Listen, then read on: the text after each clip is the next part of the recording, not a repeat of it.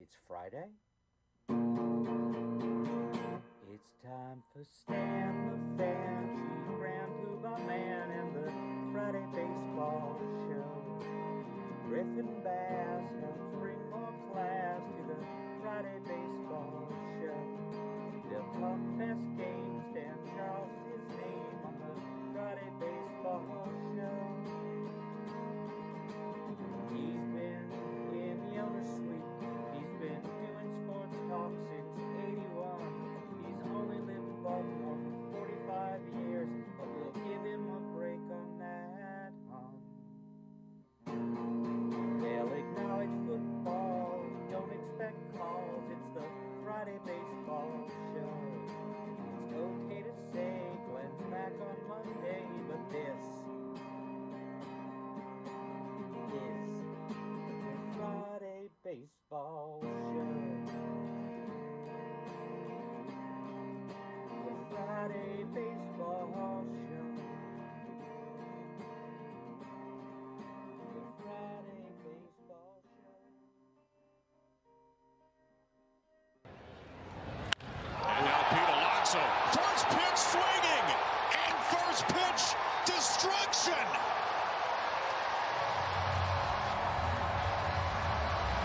To a place where baseballs simply do not go. Sorry, Stan. Who was that? Was that Kevin Brown That was Kevin Brown. on ESPN? Yes, it was. Who did the game with him? It was David Ross and Adam Ottavino. Okay. Yeah. No Jim Palmer. No Jim Palmer. No Jim Palmer. Okay. Yeah. All right. We didn't get to hear him, unfortunately. Game was on ESPN last night. Started at 7:10 and ended at just about 10 o'clock last night. 2 hours and 47 minutes, and the Orioles escaped with a 7-5 victory, due in large part from a 6-run. What was it? The third inning, 6-run third, Yeah, 6-run and third. 3 shutout innings by Tyler Wells, and Was it a save from Andrew Kitchener. Close. Kittredge. There you go. What did I say? Kitchener? It doesn't matter. Yeah. No, but I said Kittredge. yeah. Kittredge. I was worried about the first name. It was Andrew Kittredge. Just Andrew. Kittredge. Saved by Andrew. AK got the save. AK, what number does he wear? He wears 39. Okay, so AK 39. Yeah. I think he wears 39, yeah. He should wear it 47. Then Why? we can call him AK 47. Okay. You mean 86, 47? No, AK. Okay. Yeah. All right. Orioles get away with a win. We just gave him Corbin Burns' number like that? 39? Yeah, that's fine with me. That's fine with you? Yeah. Corbin Burns was like an expensive fart in the breeze to me, you know. I did not enjoy watching Corbin Burns pitch. I was so excited when we got him because I'd heard everything. I found watching him pitch was very laborious. You know, he wanted to be perfect with every pitch, and it seemed like... Well, the thing was, he was pretty close to being perfect with every pitch. So, I mean... Anyway, he threw... Watching him start on opening day in 2024... It was exciting. Exciting. That was special. There was a lot of hope that team was going to go further than it did. The Orioles were able not only to escape with a victory last night, they got a 2-2 tie, a split of the series against the Seattle Mariners, who came into town playing some pretty good baseball over the last 3 weeks or so. And the Orioles had been playing much better baseball, winning 10 out of 14 before losing 4 in a row. That's like kind of a bummer when you go from 10-4 in 14 to 10-8 in 18. Yeah. But now they've started a 2-game winning streak, and we'll see if they can extend that tonight. Shane Baz will take the hill for the Orioles. Game time will be 7:05 tonight at the Yard. Expected to be, I think, in the high 80s today. And it's humid, so yeah. Yeah. It feels hotter than the high 80s. Last night was very humid until the rains came, and then it was very enjoyable. Was it? It was still pretty humid, I felt like, after that. I wasn't at the game, but just in my... I was at the game. Okay. And all right, trust me, it wasn't... It was enjoyable? It became enjoyable? It became enjoyable. All you know, right, if you say so. It High was, of 92 today, I see. Oh, geez, it was. Yeah. Okay. I am not going today. I'm going to Oh, watch it in the air conditioning of my home. I will be back out there tomorrow. I am planning to be there tonight, so I will. What are they hope giving for away? I know nothing. you don't go. Yeah, I know. Typically I do, but Yeah. my uncle wanted me to go, so he was like, "I got your ticket." I was like, "All right, then I'll go." Okay. Why not? Why not? Okay. Orioles playing slightly better You baseball. going to give as your well, uncle gas money? No. We're just No. we're just gonna meet down there. Oh, okay. Yeah. All I'd right, probably great. take the light rail against my better judgment, but yeah. Why? Well, I just Is that light rail's very can be unreliable at times. So Seriously? Yeah. Very unreliable? I mean, yeah. It's what time it's do you inconsistent. where do you catch it? In Mount Washington? I usually go to Falls Road. Falls Road. Okay. Yeah. And what, like for a 7:05 game, do you get there? Since it's 6? not a giveaway, since it's not a giveaway, I'm probably not going to be rushing down there. So you'll leave the terminal at 6:05, 6:10, Probably 6:30. I mean, 6:30. Yeah, Okay. I'll be able to get down there by 7 Okay. if I'm on the train by But 6:30. what if it's unreliable? Well, that's the thing. You're cutting it usually on the way close. back is when I feel like you deal with the issues. Well, can't your uncle take you home? He could. We live in opposite directions, so that's why. What's a little Well, but opposite once the game's over, I'm not really in a rush to get anywhere. It's like Right. gonna be 10 o'clock on a Friday night. So Yeah. You want me to come down and pick you up? would you? No. What? Anyway, here's what we've got on the show today. We've got number doing 22, a show. Orioles Hall of Famer Jim Palmer's going to join Oh, us. is he at good? 11:20. He was a pretty good pitcher in his day. Best in Oriole history. Mike Messina a close second. After that, it's kind of interesting. Would you say Dave McNally is third? Corbin Burns is up there, right? No. No. Mike Cuellar, maybe. Those are my top Eric 4. Bedard, yeah. No. Look at my lifetime. We'll go probably Chris Tillman. Tillman is much higher than Eric Bedard, for dependability and all that stuff. I'm trying to, who else? Dennis was up there in my Martinez. lifetime? John Means in my lifetime. That's sad. I know. I mean, that's John, the point great- I'm trying to make. Great Yeah. guy, and I'm very sad that his career wasn't much better. Yeah. But he's short-circuited by a couple Tommy John injuries. Would you mind him back in the Orioles Of course, I would take him. organization, like as a Absolutely. broadcaster? For sure. Yeah. For sure. Yeah. Sure. Yeah, he was great. I feel like whenever they interviewed him during games, he was great. By the way, I'd be willing to give him another chance to try and throw the baseball. I guess. Right. Well, why not? mm, Orioles don't have any start. They barely ever have 5 starting pitchers at one time. So yeah. healthy five starting All right. pitchers. We're going to talk to Jim Palmer. Then at 11:50, we're going to be joined by the Baltimore Sun's very fine beat writer, companion to Jacob Calvin Meyer, and that is Matt Weyrich. Will join us at 11:50. I look forward to talking to Matt for the first time this season on the air. Talk to him all the time when I'm down at the ballpark. Trying to think. The NBA playoffs have moved to a Wow. got a crazy wind-up there the other night. It's funny. I was watching it. A friend of mine was in from out of town, and we got home in time to watch the end of the first half on Wednesday night. And they ended up the half, a 27-point lead at the half? Yes, it was 76-49, I think. And it was hard. And it they were really begging you to not change the channel at halftime. Yeah. Yeah. They were like, please. I was not in disbelief as it happened, but I really did not think that the Spurs would cough up, and I'm giving full credit to the Knicks. But when you have a team that has a young team that has that big a lead, and they come down, and Charles Barkley said it after the game, what was it, 5 times, 6 times, 7, 8 times in a row, and just throw up threes with no thought to killing any clock at all.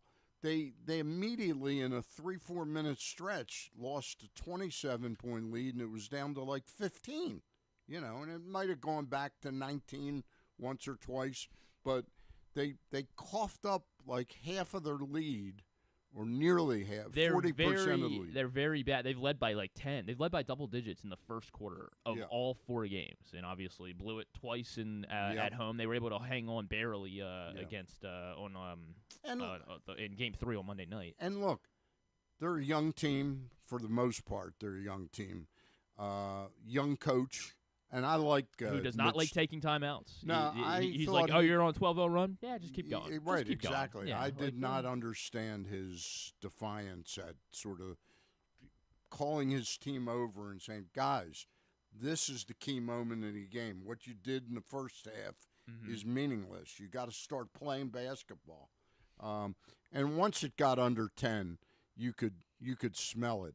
But the craziest play of all was when the Knicks came down and missed a shot. They were trailing by 1, and they had that fast break. And with 9 seconds to go, and all the guy had to do was that Aaron Fox? No, that was Oh yeah, it was De'Aaron Fox. Aaron Fox. Yes. I thought you were talking about the Josh Hart missed dunk. Right. No. But yeah, De'Aaron Fox. Yeah, if you just De'Aaron Fox goes down there, and all he has to do is hesitate or pull it out altogether. If he hesitates, he's either fouled or he gets a layup. But he thought he would speed past them, and they were coming from behind very fast, and it just turned out to be a stupid play. This was you would appreciate it because you're a Larry David fan, Stan. So you would appreciate in the picture. Yeah, did you see someone got his reaction to Josh Hart when he missed that dunk that would have put them ahead like in the final 90 seconds, 1 minute, whatever it was. Right. So this was Larry David on watching Josh Hart miss the dunk and almost fell over, almost had a heart attack. He was sitting with John McEnroe. I think so. That's a crazy duo. Directly to his left is John McEnroe. Yeah. Wearing a number 7 jersey. Is that Carmelo Anthony? It may have been Carmelo Anthony. That's the only number 7. Unless there's a number 7 before my time that I'm missing. But that was a crazy play. It was very similar in a way. In a different way, but a very similar in terms of being sort of a boneheaded play that you didn't have to do, was the play in the Duke Connecticut championship game. Remember when Boozer's brother? Yes, when they were just like trying to get the ball, they were all trying to pass the ball as quick as possible. And all he had to do was tuck it in, they would have fouled him. Yep, they would have fouled him, or the time would have ran out. Anyway. We have those two guests on. The Orioles have the the San Diego Padres in for 3 games this weekend. Tonight, Shane Baz against Griffin Canning. Tomorrow's game, tonight's is 7:05. Tomorrow, 4:05. And Sunday is 1:35. And kids run the bases on Sunday. Tomorrow, soccer jersey giveaway tomorrow. How come you're not going tomorrow? I don't care about soccer. That's not true. I like soccer, but I don't care about the soccer. Who's going to win the World Cup? France? U.S. Okay. Yeah. Who's going to finish second then? France? Probably Spain. España? Speaking of España, Daniel Espino has been called up by the Cleveland Guardians. One of the best pitching prospects I've ever seen in the minor leagues, and has had now 4 years of injury recovery from a Tommy John and multiple other injuries. So we wish him well. Speaking of returning, and Daniel Espino, by the way, his ERA at Columbus, Ohio, over 18 innings this year is 5.30. But in 18 innings, he's got 29 strikeouts. I don't think they need a starting pitcher right now, and I don't think he's fully back to being a starting pitcher. It seems to me he'll be they need somebody that can pick up an inning or two on given nights. Do kind of like what Tyler Wells did for the Orioles last night. How impressed were you with Tyler Wells? I was very impressed. I kept waiting for, kept waiting for the other shoe to fall. Yeah, for the home run, because that's what he does. He gives up home runs, and because and even when he was a starter and pitching well as a starter, it was always he'd give up 1 or 2 big hits, and usually that's why it was effective, because usually it was like 2 solo home runs. Right.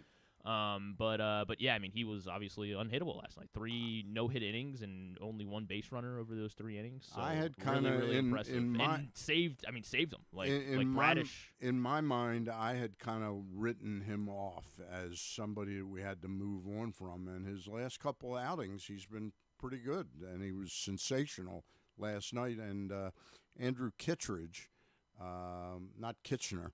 Andrew Kittredge last night got the save. His first Orioles save in 2 seasons with the ball club. Correct. Yeah. Yeah. Did he have any saves last year with the Cubs? I believe, yeah, because I think Kevin Brown cited it. He had one in like September. Okay. I think. I forget what the exact date was. He's But yeah, he he's had an one. important guy with Nunez pitching as ineffectively as he Yeah. has. I find it hard to believe, and I'm a firm believer that you're not destroying a guy by sending him down to the minors. I'm fully in favor of looking for some other arm to take Anthony Nunez's place in the Oriole bullpen right now. You know, his days of being useful in leverage situations are highly dubious at this point. And I got to believe they've got somebody that could be more effective in that role than he has been, of late. Yeah, I guess. I mean, they just don't have a ton of great options really yet. I mean, I guess to your point, like, bring up. Couldn't they call the Giants and Cam Weston looked good, obviously, in his like inning, right? Yeah. Is that what he got? I wanted to believe in Cameron Foster, but the net results were not great from Cameron Foster. So, but I'm just not a Nunez guy right now. Long term, I still believe in him. Enns is down there, obviously. Nick Raquet, Josh Walker, who we've seen, and then Kyle Nicholas, who they traded for 2 weeks ago. They traded like cash to the Reds for a guy who had a very inflated ERA. So I mean, there's no one obviously banging the door down saying, I can help the club right now in the bullpen. Right. So Right. I mean, now here's another question for you, since it's the Friday baseball show, and Jim Palmer's going to join us momentarily. If you had the opportunity to get a top pitcher in the next 30 days, let's just throw out this name, Robbie Ray of the San Francisco Giants, okay? What do the Orioles have? Because I heard this question driving in. I was listening to Bob Haney with Ryan Ripken, and they were asked this question, what do you have to give up? And Ryan Ripken kind of danced around it, talking up and down, over and out, and never really said who would you go after. Well, I'm throwing out the name, but for the life of me, if I'm Buster Posey and I've got Robbie Ray, and the Dodgers want him, the Yankees want him, what other teams are contending? Seattle wants him. I don't know. Milwaukee wants him. They all have players to give up for him. What would you think would acquire Robbie Ray from the Giants from the Orioles? I mean that's the issue, is that they're gonna have to overpay. Like if you're competing with the Yankees or the Rays or the Brewers. Well, or let's the just say Dodgers. forget those teams, but just what you'd have to start to give up players like Nate George. Yes, I'm thinking a top 10 organizational prospect. Yeah, Okay. yeah. And they I don't would know probably that want pitching, right? Like that would they wouldn't like a Luis De Leon, I guess. Like is that too expensive? I mean, I think that would be enough, but like is that too expensive? What, George and him? Maybe De Leon and maybe hopefully a lower end prospect. End, yeah. Maybe not quite George, but maybe maybe Butterworth, something like that. Yeah. You just wanted to say Butterworth. I don't know that the Giants they're gonna trade Robbie Ray this year, and to me, he'd be the perfect guy for the Orioles. He's a seasoned guy, former Cy Young Award winner, but I don't, for the life of me, they have nothing to offer at the AAA level. I mean, Enrique Bradfield, Honeycutt, who's at, I think, Frederick. Anyway, that's the name that jumps out at me. A team that is non-contender, won't be a contender this year, and a player who's on an expiring contract. All right. As we mentioned, Matt Weyrich joins us in about a half an hour, but to chat with Oriole legend Jim Palmer right now. We'll see if we make our contact with Jim. He's on. Jim Palmer, great to talk to you. How you feeling this morning? Good. Good. Just getting ready for the Padres series. The San Diego's in for 3 games, and then the Orioles Have you back out to Seattle, and then Los Angeles, and then Anaheim? Yeah. Anaheim with Trey Mancini and Brady Anderson's Angels. Are you doing any of the games on the West Coast? I'm doing them all. You're doing them all. Good. I always enjoy. Well, Ben McDonald goes off to do college baseball. So, Yep. So that leaves either Brian Roberts or Ryan Ripken or myself to. So I'm doing. I did a week, then I was off a week, then I've been doing 16 straight games. All so right. The bulk of my games in the next short while. All right. By the way, the Trey Mancini story. He wasn't doing phenomenally well down at Salt Lake City for AAA, but it seems like he's really got one guy in that organization that has really backed him to the hilt, and that's Brady Anderson. He helped him, and I actually called. I called Sarah Perlman, who used to work for us on Madison, who married Trey, and in fact they just had their first baby girl, Sadie, about 8 months ago. So I called a couple of days ago, and they were driving down Pacific Coast Highway towards Laguna Beach from Balboa, where she got a B&B. And so I got to really talk to both of them. And I said, well, I hope I see you out here. He said, well, it kind of depends on, Soler, I think. And some of these guys are on the IL. So, are they going to come off?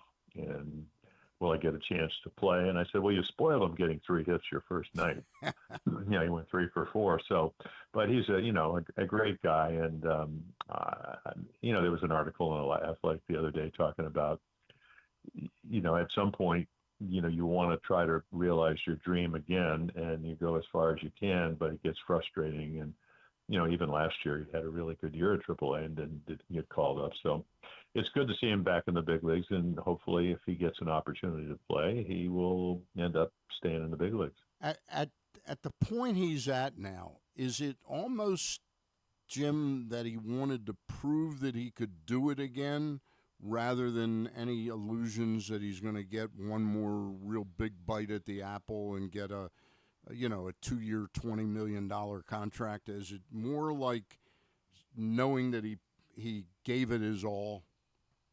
Yeah, I think that's it. Somebody who, that went through colon cancer and, I don't think, not that money's not important, because you want to support your family. And we know that, if you can play in the big leagues obviously at a high level, you can make a ton of money. San Diego's the perfect example. What Jackson Merrill, after his first year, signed a $135 million deal for 9 years, and so forth. So, but I think it's more about, and Boog Powell came on the air, I don't know, 10, 12 years ago, and he said, hey, you always want to think you can still do it. Yep. Whether you're an aged pitcher or, somebody that's lost a little bat speed, that you'll figure out how to maybe stay on playing a little bit more, and then maybe you don't hit as many home runs, but you're a tougher out because you use the whole field. And, I told him yesterday, I said, you're going to be fine as long as you don't swing at the first pitch 6 inches off the inside corner, because every time I'd be doing a game, and, you can't cover all 7 baseballs. That's about the width of home plate. That's what you have to do with 2 strikes. And the league batting average every year is usually around 161, 165. So what does that tell you? It's really hard to hit with 2 strikes. So why would you ever go to home plate where you have to protect up and out, down and in, soft, hard, all the width of the plate, and not look for the outside 4 or the inside 4, or really have a game plan, especially now when they give you all these, analytics to kind of give you what the tendencies are. We used to play Milwaukee, and John Lowenstein said, every time Vukovich, who ended up winning the Cy Young in 1982, every time he gets behind, he throws a slider. Well, now all of a sudden it's batting practice, because it was true. Mm-hmm. So now they actually tell you, because they have people doing that at all. But at the end of the day, what's your approach? Are you around the ball? Are you going to stay through it? Are you, able to subjugate your ego to, hit line drives to the opposite field instead of trying to hit home runs? That's like the Cowser home run, last night. It was to left center field. When's the last time we've seen him do that? I haven't seen him go to left field in a long, long time. Yeah. Right, because he's got a very steep swing, and it's hard to hit balls. I suggested to the new manager that his spring training, work, because the modern day player lives in a visual world where, they play the game shows, they do all that kind of stuff. So I said, why not watch Cody Bellinger? He had 339, I think, against lefties last year. He's a left-handed hitter for the Yankees. The year before he had 298. The year before, I think he hit 319. Why don't you get your analytical guys to bring up the at bats to see what he did, what his approach was, what pitches he hit to the opposite field? Because, again, trying to emulate somebody or figure out why he's having success, why wouldn't you do that? Well, I don't think they had him do that. And, there was an article today in The Athletic talking about how, with Judge out, how, Cody Bellinger's a five-tool player. Yeah. And, and a five-tool player is a guy that can hit for average, guy can hit for power, guy can, throw, run, and play good defense. Well, what can Colton Cowser do? He can do everything but hit. Yep. He can't hit for an average. He's got tremendous power. So why wouldn't you want to see what somebody else is doing against, that Bellinger's doing against the rest of the league? What were the counts? Did he take the pitches low and away? I mean, Paul O'Neill used to always tell me, he said, if you're hitting, and he won batting title at 352, hit 300, 4 or 5 straight years for the Yankees. One of the toughest outs of I've ever watched. Exactly. Yeah. And he hated to make outs. And he said, listen, you cannot swing at breaking balls to start in the middle of the plate till you get to 2 strikes. Breaking balls to start at you are going to be hittable. And, and then, we had one of the great left-handed hitters against left-handed pitching in the history of the game, B.J. Surhoff. And he's no longer with us. B.J. hit 287 off left-handed pitching. For his career. But yes, for his career, over 8,300 at-bats. So, but, they didn't apparently think that he could help any of our young hitters or whatever, which I think is maybe that is not really the case. So again, this is, baseball is a game of evolvement. To back to your point, Trey figures, listen, I get an opportunity. I have, like you said, I have somebody that hitting in, Brady's in his first year as hitting instructor in California that's going to push for me. But at the end of the day, he's going to have some success, and maybe even more important, that he'll have to be able to stay in the big leagues to prove he can still play. You live out that, you don't live in Anaheim, but you live in California. Do you get to see the Angels play? It seems to me, because I play fantasy baseball, so I'm observant of it seems like the Angels have hit fairly well this year. Their problem is pitching. Well, they hit a lot of home runs. Yeah. And then, just like last year, they don't. I can tell you more, when after I spend 3 days in Seattle, because I just did that series, and work on the Dodgers and the Angels, but their bullpen is the problem out there. Oh, terrible. They can't, terrible. It's kind of what Lou Piniella used to say this years ago when he was with the Mariners, when he had Heathcliff Slocum as his closer, who could throw it anywhere. He goes, Jimmy, you got to win the games you're supposed to win. And that's what back ends of the bullpen do now, especially a closer. That's why it's so good to see Helsley, but struck out 3 at AAA last night. So hopefully he'll come back. And then all of a sudden Rico Garcia can pitch in, leverage positions 7th and 8th innings. And all of a sudden your bullpen gets better. Griff? Jim, it's great talking to you. And I just kind of wanted to ask you, try to ask a quick question about kind of what your feeling is about analytics. As it's funny because Manny Machado went on a long rant last week, and he's coming to town tonight, about how he doesn't like all the analytics in the game, and it's kind of everyone's been back and forth over the last couple of weeks. And I'm just kind of curious where you're at with how much teams are implementing it, and if it's too much analytics, if it's and in some cases maybe still not enough. Oh, well, I mean, I think every team's different, but, Manny's got the lowest batting average of any major league player. Yeah. So I'm sure he was a little frustrated. I mean, he's a lifetime 275 hitter. I think he's hitting 179. An average year for Manny Machado is 275, 31 home runs, 97 RBIs. And, he's not going to hit 176, 79. But they have the lowest batting average, the lowest on base percentage, and I think the lowest slugging in baseball. So, Tatis is actually hitting well, except that he only has 2 home runs and about 287 at bats, which is just mind boggling. So, I don't know. I mean, they have a new hitting instructor who was in the Tampa Bay front office last year, Steven Souza Jr., who we saw play with the Nats and so on or whatever. So, their pitching starters are struggling because they had a bunch of injuries. Bullpen's really good as it was last year. But I don't, analytics, I think you want all the information you can get. But, Ben was right in a way. I mean, Dusty Baker said, listen, I don't care what your expected batting average is. Did you get a hit? So, I guess they're looking at certain things. And, everybody says how important the home runs are. But, the Orioles, they won 101 games in 2023. They scored, right, 4.98 runs. They hit 177 home runs. The next year they hit 233 home runs, but they only hit 252 with runners in scoring position, and the runs per game went down. So if home runs are that important, why do they score more runs? You got to hit in the clutch. You have to have timely hitting. The Orioles struggled. They lost 4 in a row. They were like 3 for 31 with runners in scoring position. Now, they didn't mean to do it. Pete Alonso is not a 200 hitter with runners in scoring position. He had 309 last year, drove in 123 runs. His lifetime batting average is 261. But again, going back to analytics, they have them. How many? Look at the Oriole press guide and see how many people they have working in the analytics of the Orioles. In the old days, you'd have scouts, and if you'd have somebody maybe doing the Weaver stats, which is how a guy, gets a lefty out versus a righty or whatever. But the game has changed in that effect. And the teams that are having success probably use a little bit of both, but nothing wrong with playing old school baseball.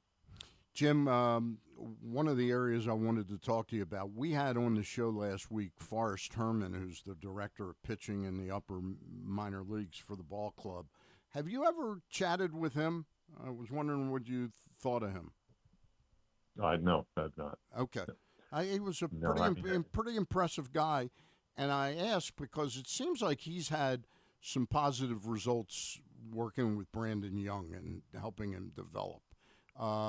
Here's a pitcher that is the club is most importantly, the club is I think 9-1 in his starts. What are you seeing from him that you might not have imagined you would see a year ago? Well, I told him last year down in Houston, I said, listen, you have big league stuff in minor league command. Okay. And when that changes, you're going to have success up here because you have a good arm. You have a nice, variety of pitches.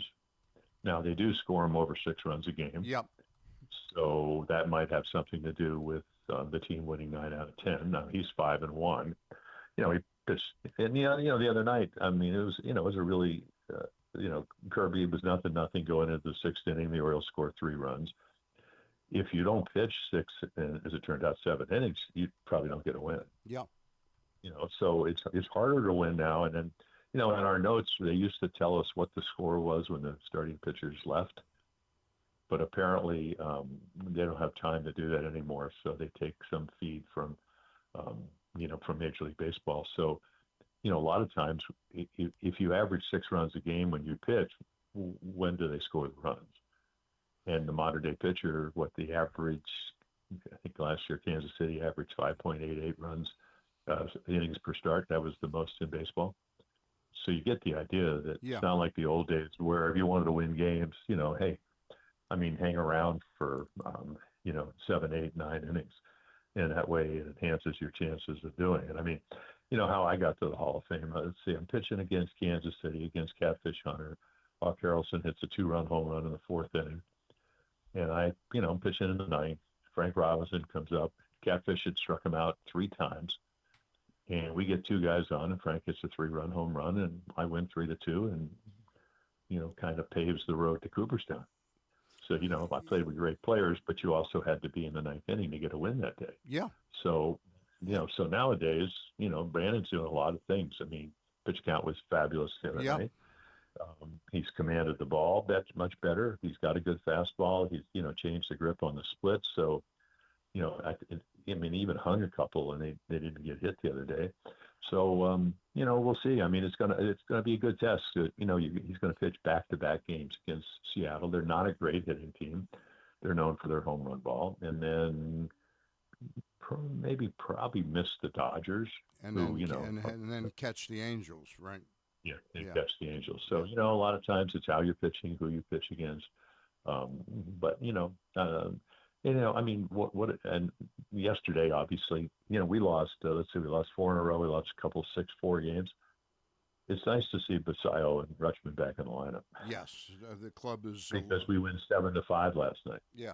So if you don't score 7 runs, it would have been it could have been like some of the other games up in Toronto and so forth and so forth. So this lineup is vastly different with Holiday producing, Mayo producing, and Cowser producing. It's vastly different. But that's the great thing about playing the Mariners. They don't have a left-handed starter. Yeah. I mean, they have an array of number one starters. I mean, the first 3 guys we saw were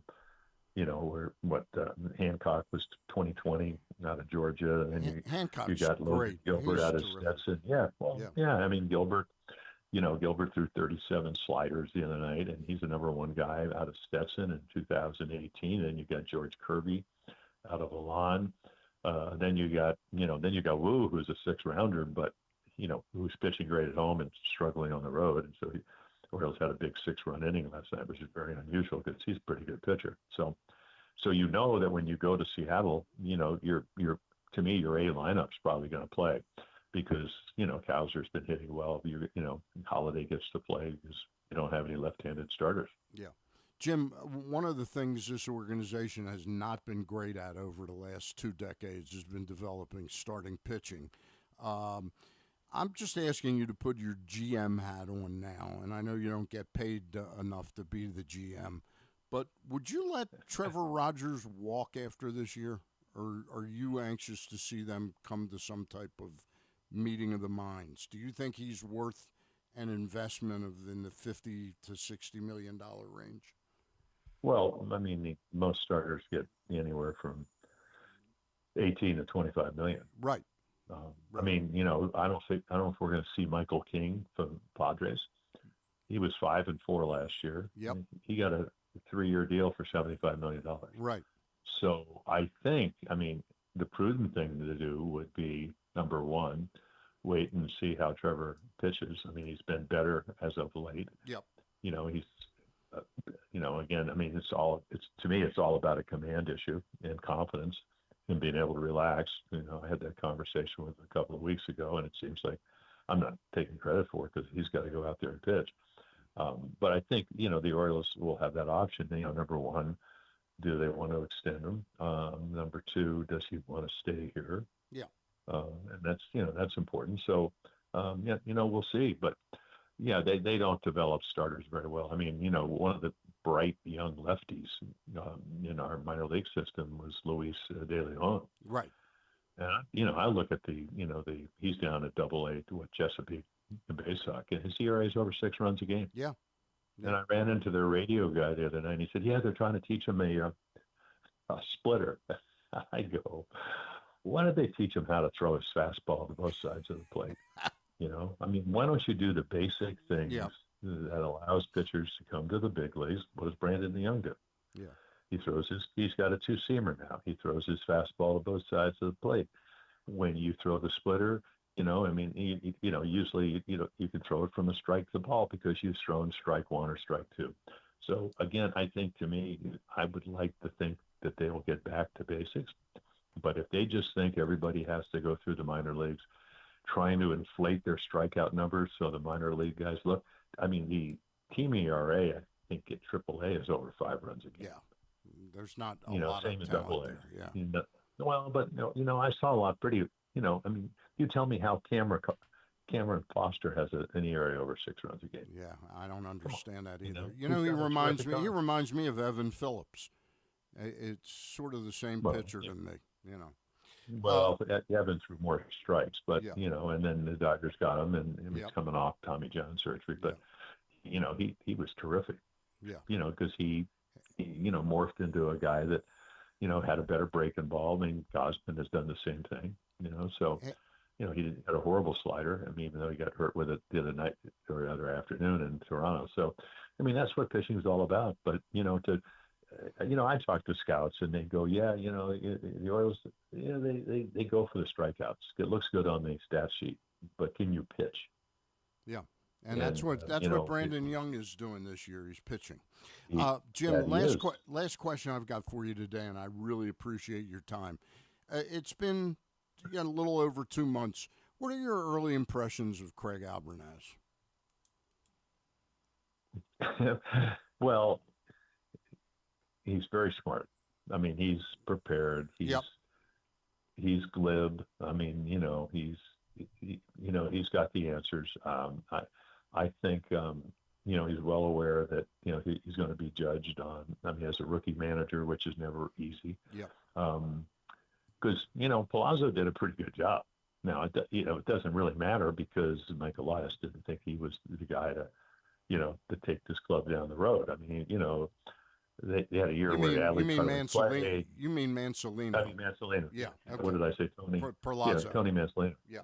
Oh yeah. Well, yeah. Sammy was a great infield coach and a great guy. But no, Tony Mansolino. I mean, they were 60-59. Right. So, but they didn't think he was going to be the guy. So, I think Craig understands that they need to win some games now. They get Helsley back, they get Beavers back. They're one of the biggest losses. One of their better players was Jordan Westburg because he can play defense, he can run, he can hit home runs, the opposite field power. So he's out for the year, and they got to figure out. I mean, I think so. One of the big mysteries is, I used to play a lot of golf with Jim Cott. Now, Kitty Cat he won 283 games, finally got in the Hall of Fame, won 16 straight Gold Gloves. Yep. Played on some really good teams, played for almost 25 years. He played on the great Twins teams, and then, went with Johnny Sains to the White Sox and the Phillies. I mean, he was around. And we used to play golf, and he said, don't you think there's such a small thing between being intense and being intense or too intense? Mm-hmm. So I look at Gunnar, and I'm almost saying, geez, you just got to relax. And I thought he had a great year last year. Everybody judges hitters by whether they hit home runs or not. If you go back to the second part of 2024, the second half. Now, Adley, for whatever reason, got hit or something. He did not have a very good second half, so he didn't have a lot of protection. Right. He ends up hitting 37 home runs, 28 of them in the first half. So the second half, which is 66 games, it's not really the half. After the All-Star game, so he had a home run every 30 times up. First half is about every 17.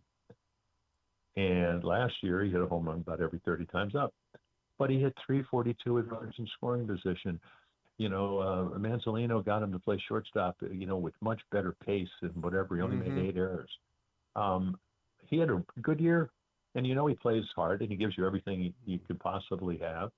And then, of course, the minute I saw he's going to the WC, WBC baseball stuff, I said, he's not going to play every day. Right. Because Bobby Witt Jr. is one of the best players in baseball. Right. And then, Bregman apparently told him he wouldn't play at all if he's not going to play every day, or, wanted to play more than whatever. So Gunnar goes, and who knows? He doesn't have a regular spring training again. Yep. I'm not a fan of the WBC. They can tell. I mean, it's great for the teams that win, like Venezuela and all that. I'm not but a it big fan deters of from it. what you try. Yeah, it deters from what you're trying to do as a team, which is get to the postseason and win a World Series. So I just think, if Gunnar gets himself, back to where, okay, if they're going to pitch him away, hit a single and double to left field. Yeah. And if you do that often enough, you can be George Brett. You get tired of letting George hit singles and doubles to the left field, and then you pitch him in and he hit it in the waterfalls to Kansas City. So I think Gunnar has to have a better last 4 months, which he's certainly capable of doing. And Pete Alonso is he's to me been not a surprise, but just a revelation in the way he shows up to play every day. Yeah. He's not going to hit 200 the rest of the year. So this this team could get better, and hopefully they will. And back to your question, that will make Craig Albernis a much happier guy and a better manager. Jim Palmer, always a pleasure. I'll see you out at the park sometime over the weekend, all right? Well, I'll be there tonight. All right. Stan. I won't be. I'll be there tomorrow, though. All right? Okay. I'll see you. Thank you, Jim. Really appreciate the time. All right, we're going to take a quick time out, and then Matt Weyrich of the Baltimore Sun is going to join us. We'll be right back after these words. This is Stan the Fan. You know we talk all the time about our O's stepping up in the big moments, delivering when it matters most. If you've been injured in a car accident anywhere around Baltimore, that's your big moment, and you need someone who delivers. That's why I'm here to tell you about Warnken Injury Lawyers. They fight for Baltimore families every single day. Insurance companies play games. Warnken plays to win. So call 443-RESULTS. That's 443-RESULTS, or go to warnkenlaw.com. When you need results, it's right there in the number, 443-RESULTS. Hey Birdland, the biggest soccer event of the summer is almost here, and the crossover kit is back. Hit the yard on Saturday, June 13th, as the Orioles host the San Diego Padres at 4:05. Be one of 15,000 fans to receive an Orioles soccer jersey presented by Point Breeze Credit Union. Don't miss out on scoring this must-have soccer jersey or rooting on the red, white, and blue in your Baltimore Orioles all summer long. Get tickets at Orioles.com/tickets.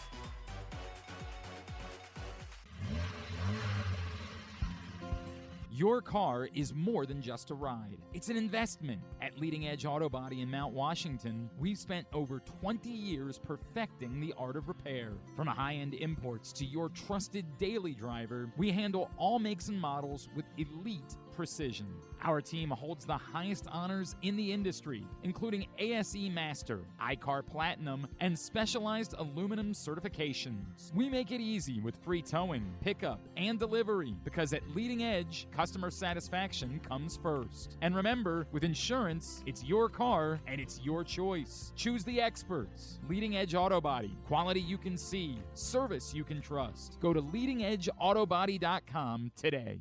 When you feel invisible, exhausted, stressed, or anxious, when you have days that just feel too hard to get through, you are not alone. If you or someone you love is struggling with mental health or problems with drugs or alcohol, help is right in your hands. Call or text 988 to get support whenever you need it. Help is here. Call or text 988. Brought to you by Maryland Department of Health. This summer, the world gathers on the biggest stage in sports, and only one place puts you in the front row for every thrilling moment. Live Casino. June 9th through July 19th, surround yourself with massive screens, trophy-worthy specials, and arena-sized energy. This isn't a game, it's history in the making. Watch the world play at Live Casino. At Arundel Mills, must be 21. Please play responsibly. For help, visit mdgamblinghelp.org or call 1-800-GAMBLER. Gambling can be a fun and entertaining experience, but there are risks involved. If you're planning on betting on the game at the casino or on your phone or computer, know your limit, stay within it. Set a budget and a time to stop. Remember, gambling isn't a financial solution, and it doesn't mix well with alcohol or drugs. Know the risks and have a plan before you begin gambling. For free and confidential services, call 1-800-GAMBLER 24/7 or go to helpmygamblingproblem.org. The latest edition of Press Box is available now. On the cover, Bill Ordine dives in on how different Preakness will be temporarily at Laurel Park, and then long-term once it returns to Pimlico. Also inside, Luke Jackson learns more about what Trey Hendrickson will bring to the Ravens. And Karuga Koinange looks at how Samuel Basayo is influencing the Orioles' international signing efforts. Press Box is available for free at over 250 locations throughout the region, including your Baltimore area High's Dairy stores. Plus, you can read the entire issue online at PressBoxOnline.com, where you can also find great betting advice and the best daily coverage of the Orioles, Ravens, and Terps. Hi, my name's Colton Cowser, outfitter for the Baltimore Orioles, and you're listening to Griffin Bass, Stan the Fan Charles, on the Baseball Show. Let's keep it moving along. You know, last night, I was at the game last night with my cousin Stuart. Colton Cowser hit home run. And I mooed. You did? I mooed twice. Wow. You know?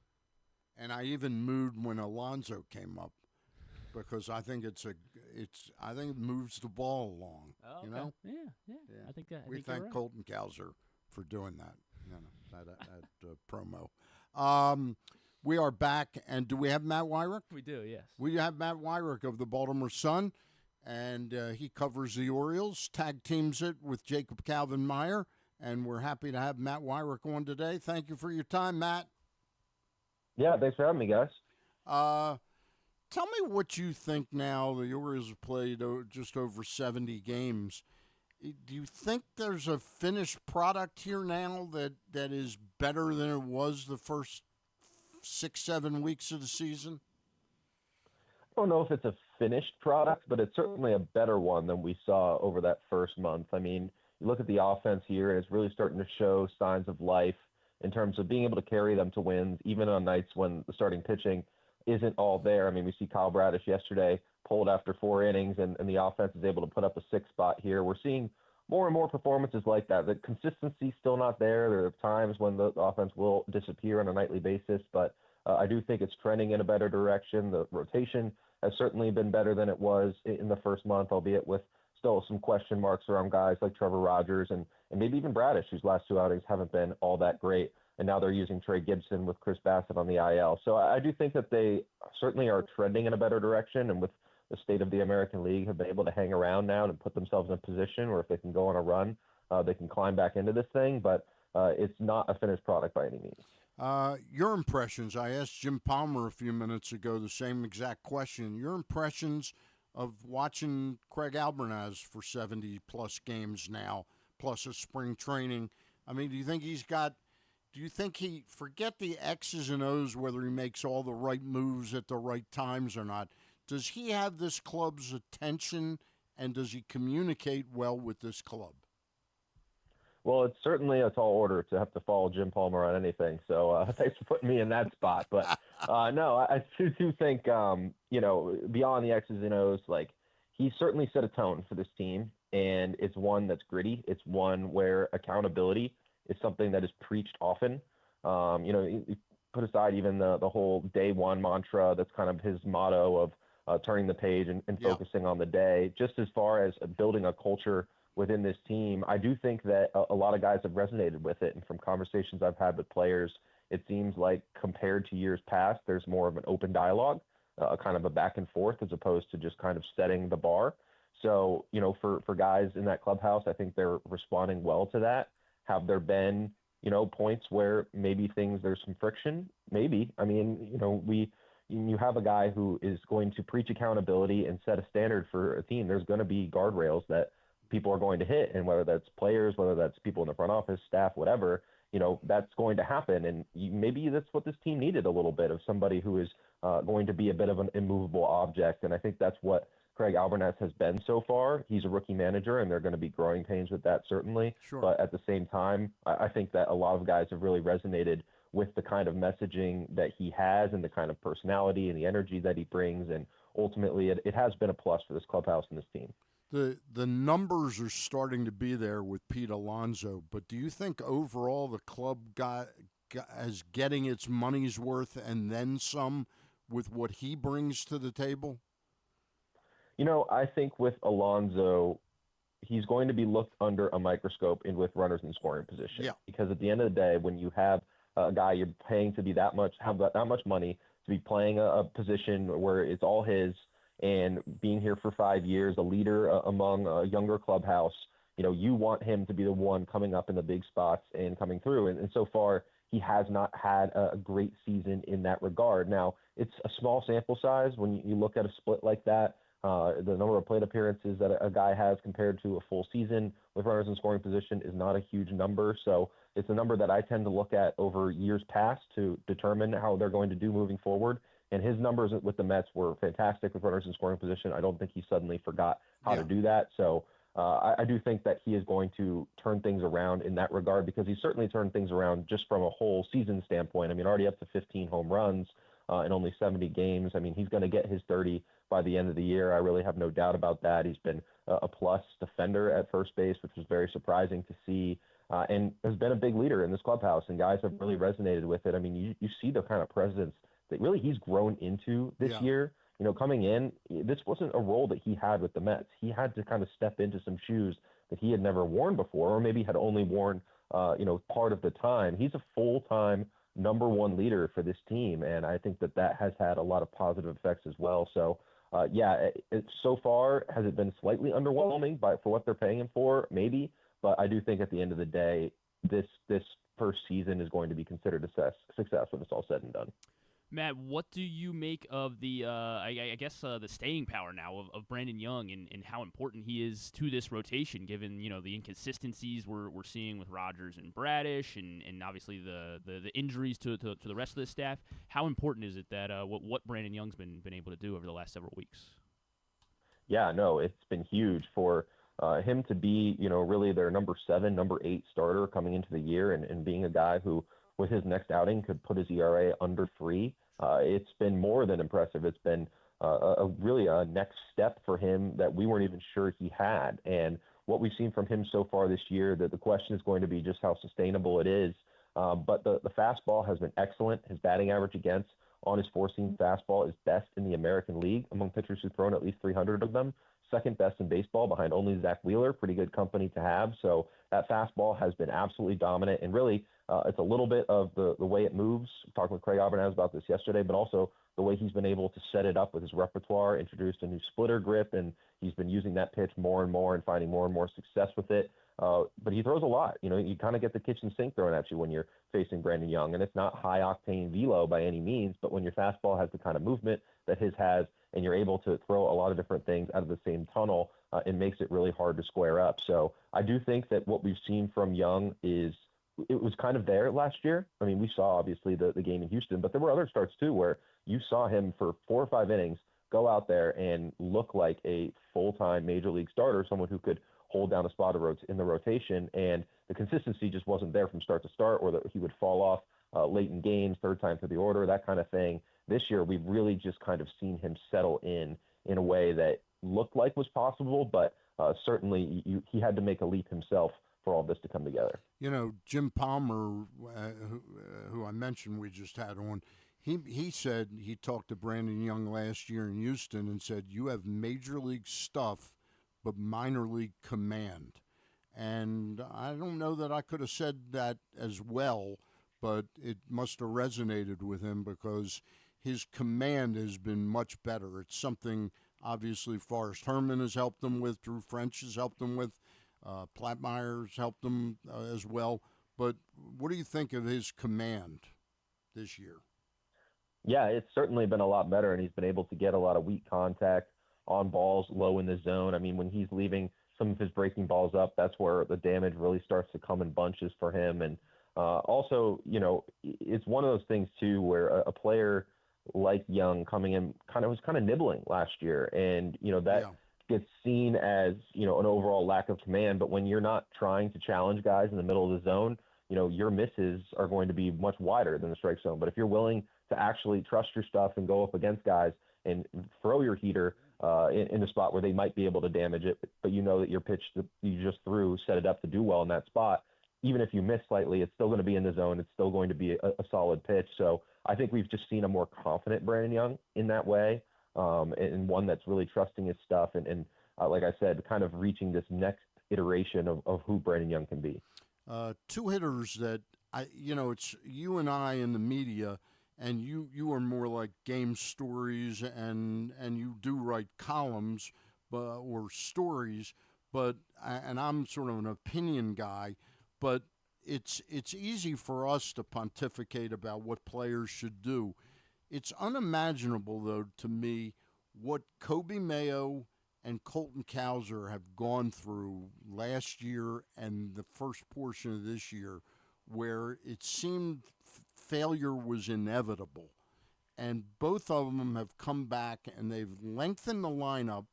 I don't think we're comfortable that they're settled yet, but can you talk a little bit about how both of them have regained some kind of swagger, confidence, whatever you want to call it?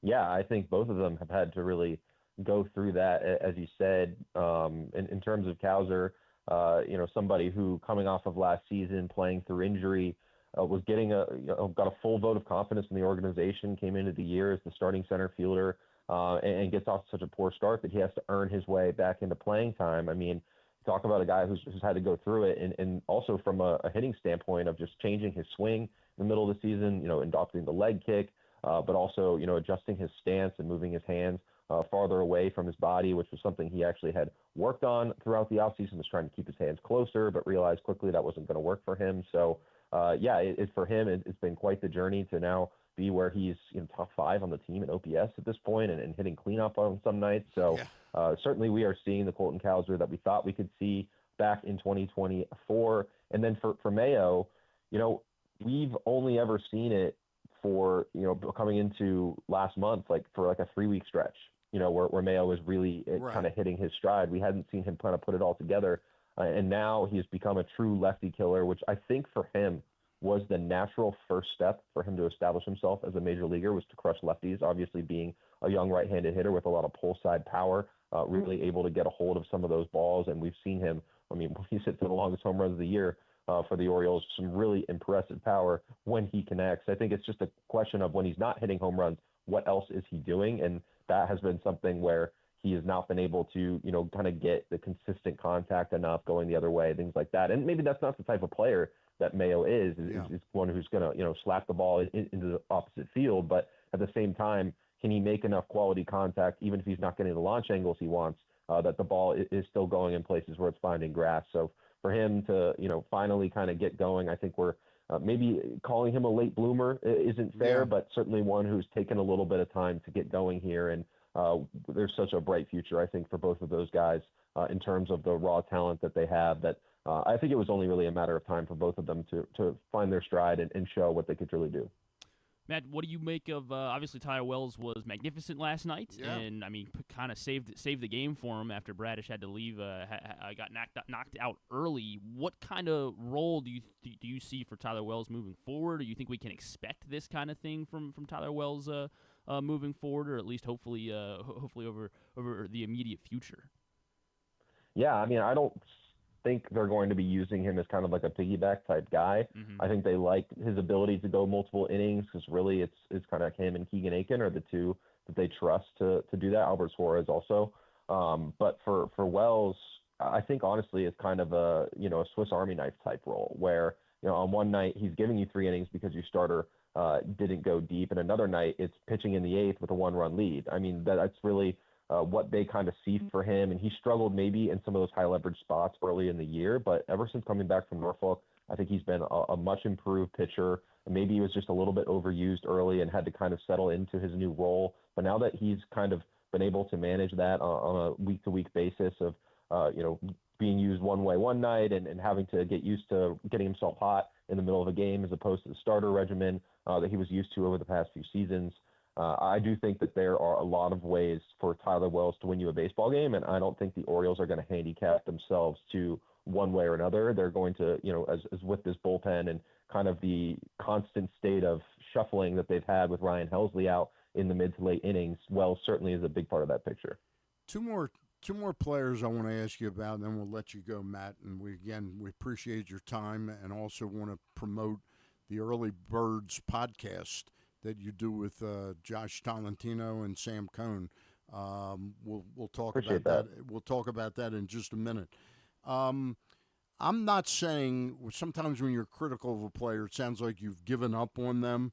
But is Anthony Nunez at this point, is he really serving a purpose at the major league level as opposed to maybe going down and working on some things at the minor league level? What are your thoughts on that right now? I think that Anthony Nunez has the stuff to be an elite reliever, elite back-end guy. Yeah, 100%. And I think we're seeing it at the major league level. It's working. There was a new statistic that just came out from StatCast the other day that points out whose pitches have the biggest average miss of any pitcher in baseball. And I forget which pitch it is for Nunez, but one of his pitches is top 10 in baseball among the most wide misses of opponent swings. So he has nasty stuff that is working. I think it really comes down to pitch selection for him, where, being able to trust your stuff in big counts and things like that. He's a rookie, and he was thrown into a situation early in the year where he was immediately put in high leverage spots, getting saves, things like that, and also used a ton. He has some of the most appearances of anyone in the Orioles bullpen this year, and now we see Andrew Kittredge getting the save opportunity over him last night. So clearly there's been a bit of a shift there in trusting the veteran over the rookie who has been struggling lately. I don't necessarily think he needs to be sent down. I mean, you look at the options that they have in AAA. I'm not sure that right now there's a guy who I'd rather have in the Orioles bullpen over Anthony Nunez. Yeah, there's the rub. Yeah, there's the rub. Yeah. So, shifting him down a couple of gears, not using him as much, maybe trying to pick some of your spots a little bit better. I mean, that's what they've been doing with Kittredge lately as they kind of got him back from injury. They were kind of using him in some of those lower leverage innings. Maybe that's where you kind of put Nunez for a while and let him kind of figure things out at the major league level, because at the end of the day, this is going to be the best competition he could face to try and figure things out and get things going again. And I do truly think that, for a player as young as he is and with the kind of repertoire he has, he's going to be a big part of this bullpen for years to come. And I don't think that necessarily sending him to AAA right now is sending the right message for a guy who, while he has struggled a little bit, is still so capable of being a plus for this team the next time he goes out on the mound. All right, last player I want to ask you about, and it's tricky for Mike Elias to go to ownership and say, hey, we think it might be time to eat Tyler O'Neill's contract. He's done a little bit better lately, and the bar isn't really very high to do a little bit better. But do you see any hope in his little bit of progress that he's made lately, that he could become a relevant offensive player again? I mean, I think that Tyler O'Neill certainly has the capability of being Tyler O'Neill again. Yeah. I mean, he has been a streaky player throughout his career. There have been times where he's absolutely torn the cover off the ball and times when he's looked like this. And this is probably the most extended slump that he's been in his career. But at the same time, I do think that the power is still there.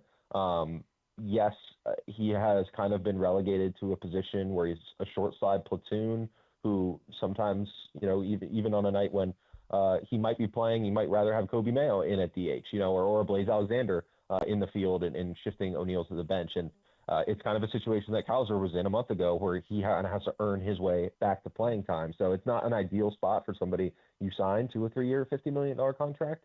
But at the same time, you made this big investment in him. You are just coming up in about 10 games here on the halfway point of that contract. So maybe that's a point where they start to have to make some tough decisions. But I would imagine right now, Dylan Beavers maybe is beginning a rehab assignment soon.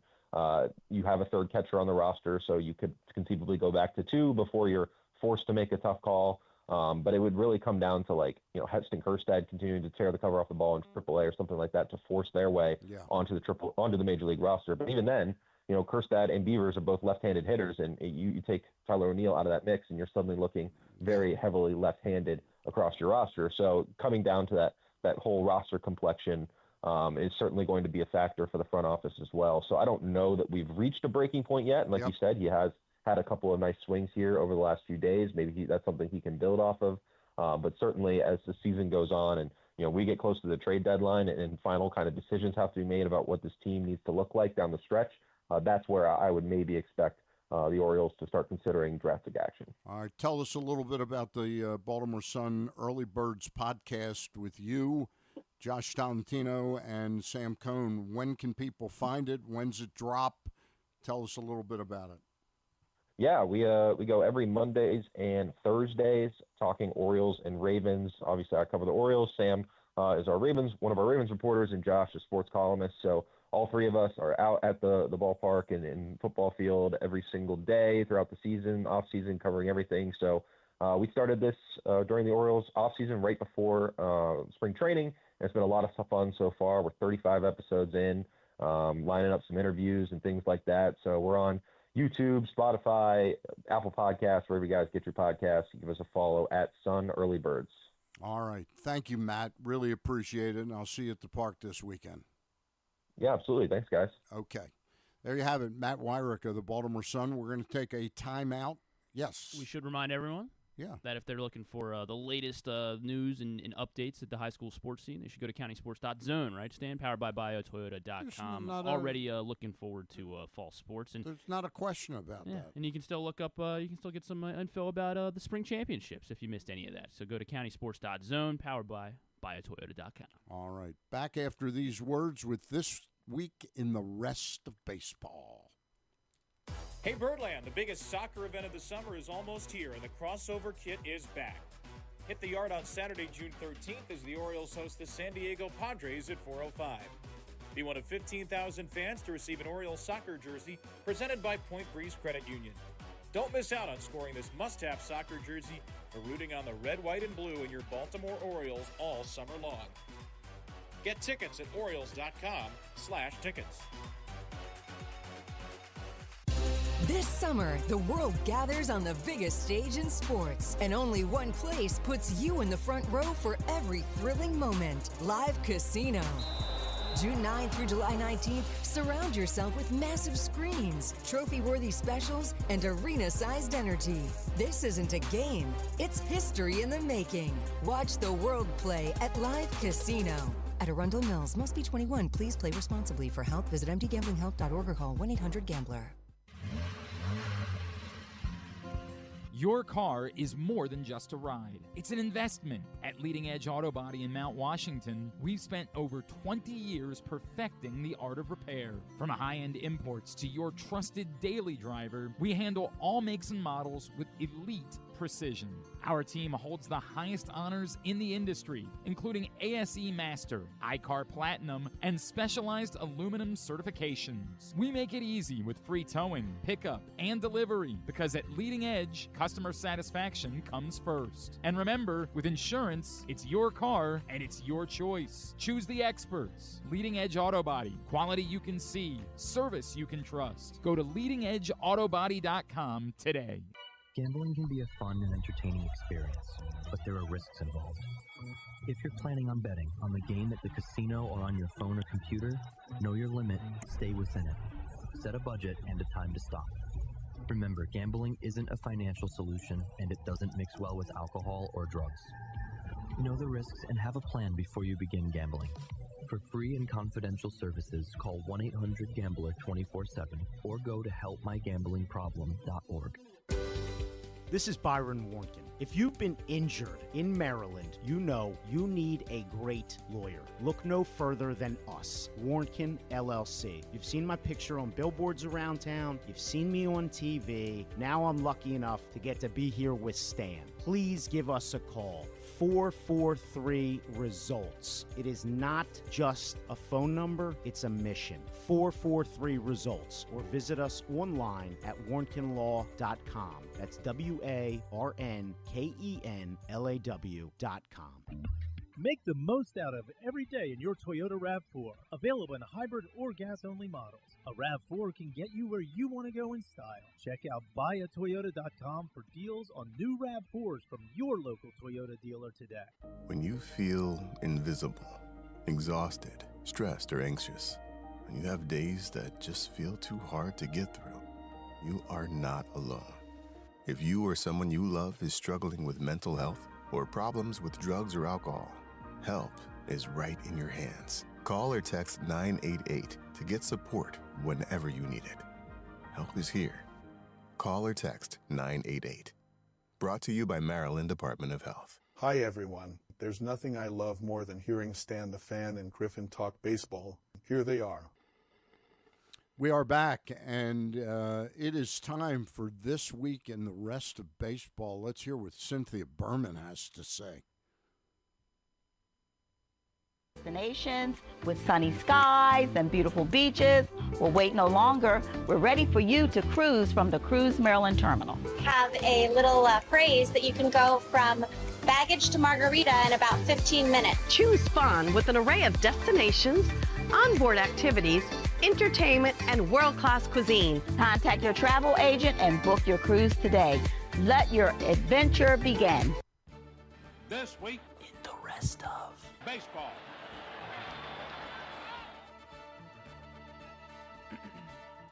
All right, Stan. It was another week of baseball. That's me. Of course. And I'm Stan. You're Stan.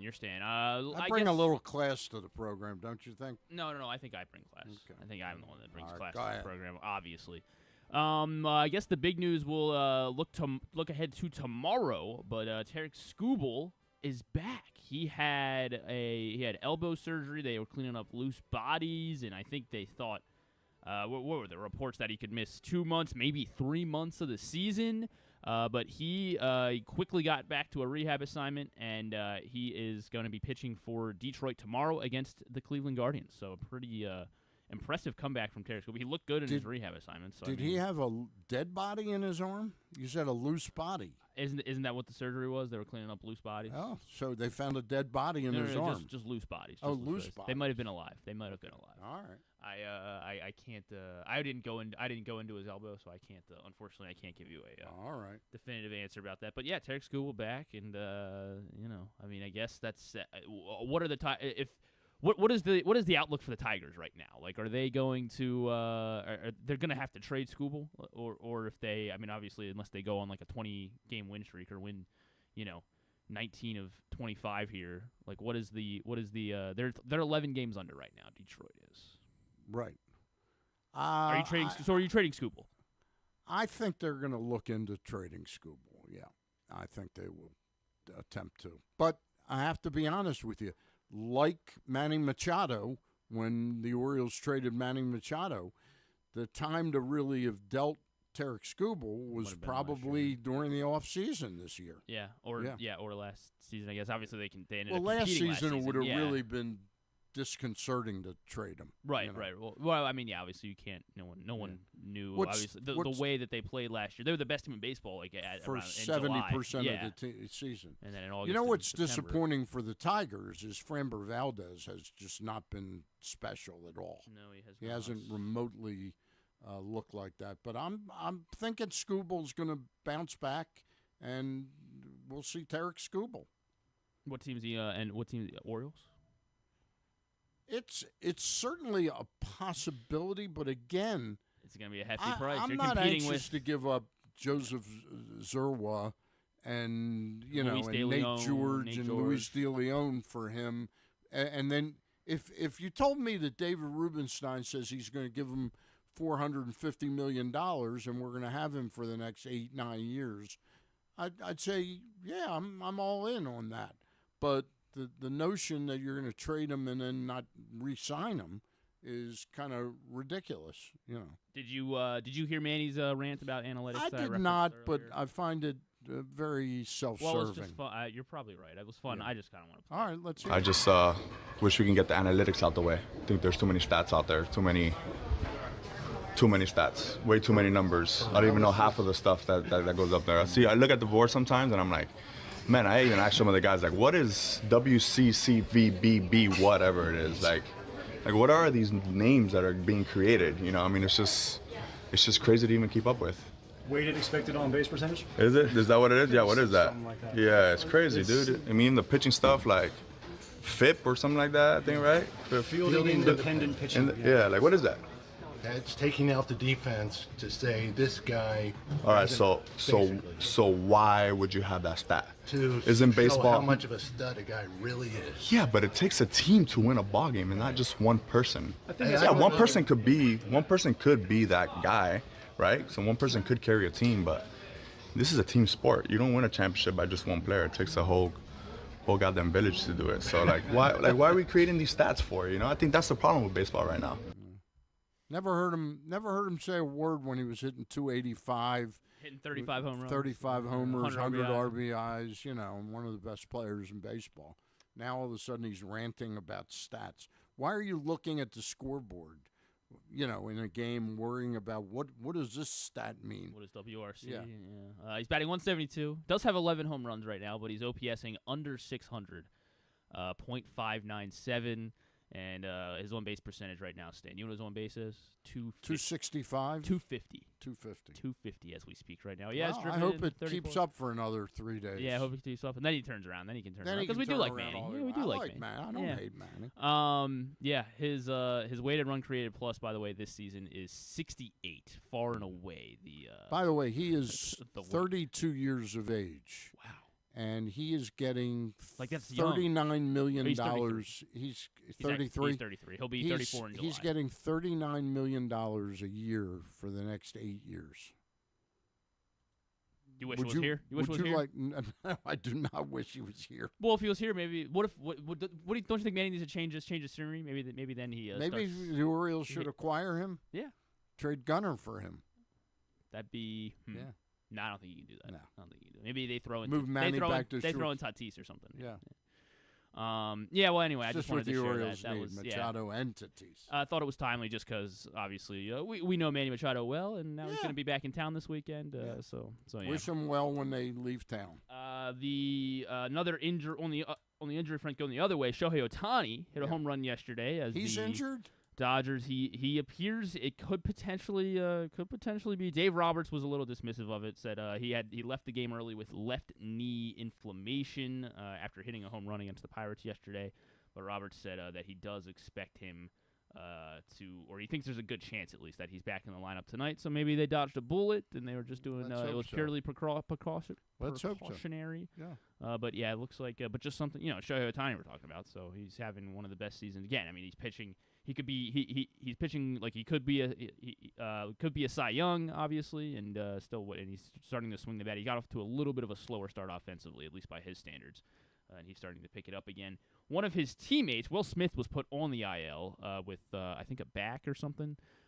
So we're going to be seeing a lot more of the Dodgers' backup catcher, and his name is Dalton Rushing. Stan, do you know anything about Dalton Rushing? Dalton Rushing's having a big season. Yeah, he's hitting home runs in part-time role. Yes, he's got a good bit of power. He is also quickly turning into one of the more dislikable players in all of baseball. As there was a collision at the plate earlier this season. He started talking S to the guy tagged out immediately afterwards, and. Just among other just always kind of jawing at players. Talking S. S-H-I-T, yeah. Are we allowed to say that on this program? Yeah, shit. Okay. Yeah. He's talking shit, yeah. Talking shit. And now this happened on Tuesday night, I think, a very, people calling it a dirty slide here against the Pittsburgh Pirates on Tuesday night, Stan. Okay. And so you tell me. There's the base, and that is a dirty slide. That is a dirty slide. Okay, all right. So there you go. That was. You have to have some semblance of being able to touch the base. He's not even attempting to touch the base with his hand. All he's doing is barreling into the player. Okay. Yeah, there you go. Well, it's credit for Sportsnet. But yeah. So Dalton Rushing, we're gonna be seeing a little bit more of him, and as the Dodgers continue to be the Dodgers, probably another guy you can easily dislike. So there's your Dalton Rushing of the week. How about the Chicago White Sox, Stan? What do you know about them?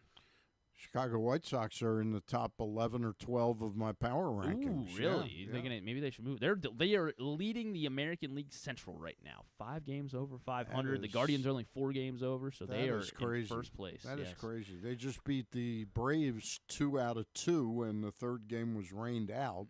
That game will have to be made up at some point in time, probably. Yeeks. That's a tough one to make up. Yeah. They beat the Braves. Braden Montgomery was the latest youngster for them to be called up. Debuted on Tuesday, had his first hit, hit his first RBI, and also hit his first career home run, which was a walk-off home run for Braden Montgomery. They brought up this year, Colson Montgomery has become a regular. Yep. Sam Antonaccia has become a regular. He's a guy that can play multiple. He plays 3 plays positions. A lot of left field now, but he can play second base. He's a really solid player. He's like a left-handed sort of Dustin Pedroia-like player. Yeah, and we were talking about this before the show, but they've been doing this recent run that they've been on has been without Murakami. Like like they are just who is it Miguel Vargas. Vargas. Yeah. I almost said Rojas too. Yeah. He's having a great year. Yeah, he's having a big, powerful year. So the White Sox are, our friend Sean Burke, former Maryland Terrapin, is it's not like he's putting up dazzling numbers, but he has been a stellar part of a solid piece of their rotation. And their best pitcher last year was Shane Smith, who I kept on my fantasy team for this year, and he's been god-awful, and he was awful for 3 starts, sent to the minors, then he had a major injury. And I don't know if he's even pitching. Yeah, I don't think he's pitching right now. Noah Schultz has been doing well. Davis Martin obviously has been their guy. He's been their guy. Davis Martin in the Anthony rotation. Kay's done a representative job, and he will pitch tonight against the Dodgers. They're hosting the Dodgers this weekend, so another big litmus test. They've had the tough. They played the Phillies last weekend in Philly, came home for Atlanta, and have the Dodgers. That's not. And they're holding their own. Yeah. Yeah, they are. Chase Mydroth out there. Yeah, it's they're a fun team to root for just because. I mean, what are you gonna do? You gonna hate the White Sox? Austin Hayes is just on the IL twice so far. Maybe he needs to come back too. I don't think so. But well, I mean, he could take Tyler O'Neill's. He could take Tyler O'Neill's spot yesterday. Like that's, I would give that up for sure. You wouldn't? Not necessarily. We did talk about it with Jim Palmer. Trey Mancini played his first game in over 1,000 days, 1,043 days to be exact. So happy for him and Sarah, his wife, and now they have a baby. That's great. Glenn and I are gonna catch up with him later on today for Glenn's show around 3:00. But yeah, obviously, I mean, he drove in a run in his first at bat of the season, and then ended up getting 3 hits on Monday. I think he picked up another hit on Tuesday night. But yeah, Trey has been I mean, it's just really awesome. Hopefully he is able to at least spend a several weeks on the roster and be in town and be on the team when the Orioles are in Anaheim in a week and a half. Last thing, Stan, did you see, or maybe second last thing, Las Vegas series? A's are playing in that old minor league ballpark out in Vegas. Oh, I did not know that. And have you seen the scores? Who are they playing? They played Milwaukee during the week, and they took 2 of 3, I think. Or I know Milwaukee won the first game, and then Oakland won the next. I call them Oakland. The A's. Yeah, the A's. And but they're playing. It's a minor league ballpark, obviously. Yeah. So the ball is flying out of out of there. Somebody hit it. Was it Shea Langoliers or somebody hit like a fly ball that looked like a can of corn and it ended up carrying out? Did you see the score on Monday night of their game? Yeah, I did notice. 15 to 14. I didn't realize they were playing those games in Vegas. Yeah, so it was pretty cool. Milwaukee went up like 14-10 in the in like the 11th or the 10th inning, and they ended up going to 12 innings. Game went until like 2 a.m. Right. So they're playing Colorado this weekend. Now they're playing Colorado this weekend. That is correct, and that one is also still in Vegas. My I think guy it's only this week, though. Gage Jump is pitching tonight. You may want to consider benching him. I mean, I know they're playing the Rockies, but that little ballpark has not been friendly. Although, okay, the final score on Wednesday was 4-3, so maybe. But Gage Jump's been pitching pretty well. The over/under for the game is 13.5.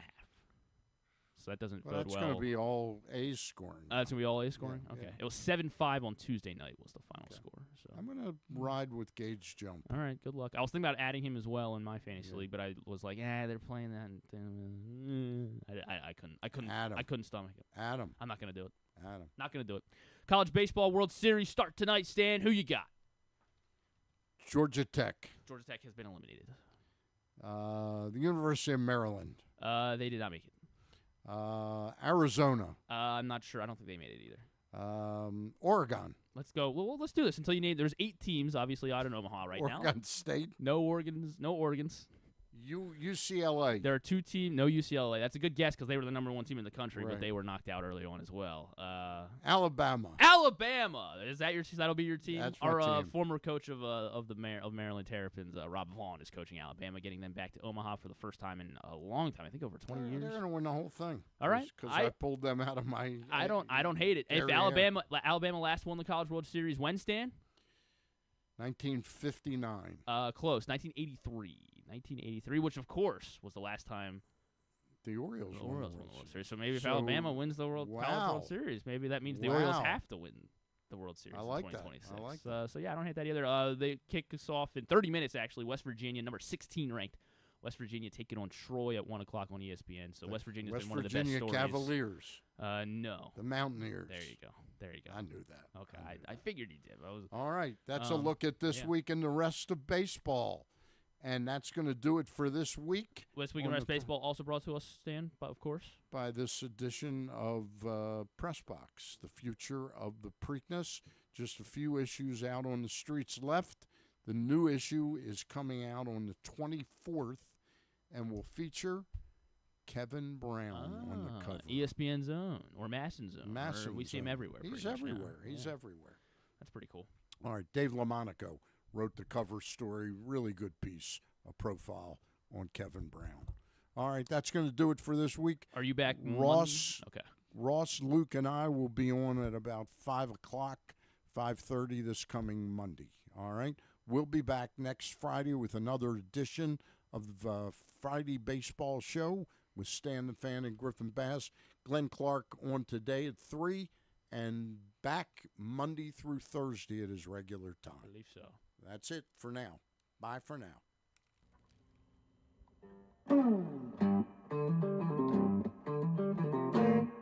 Wait a minute. It's Friday?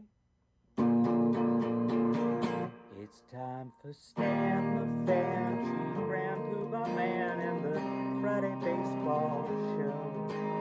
Griffin Bass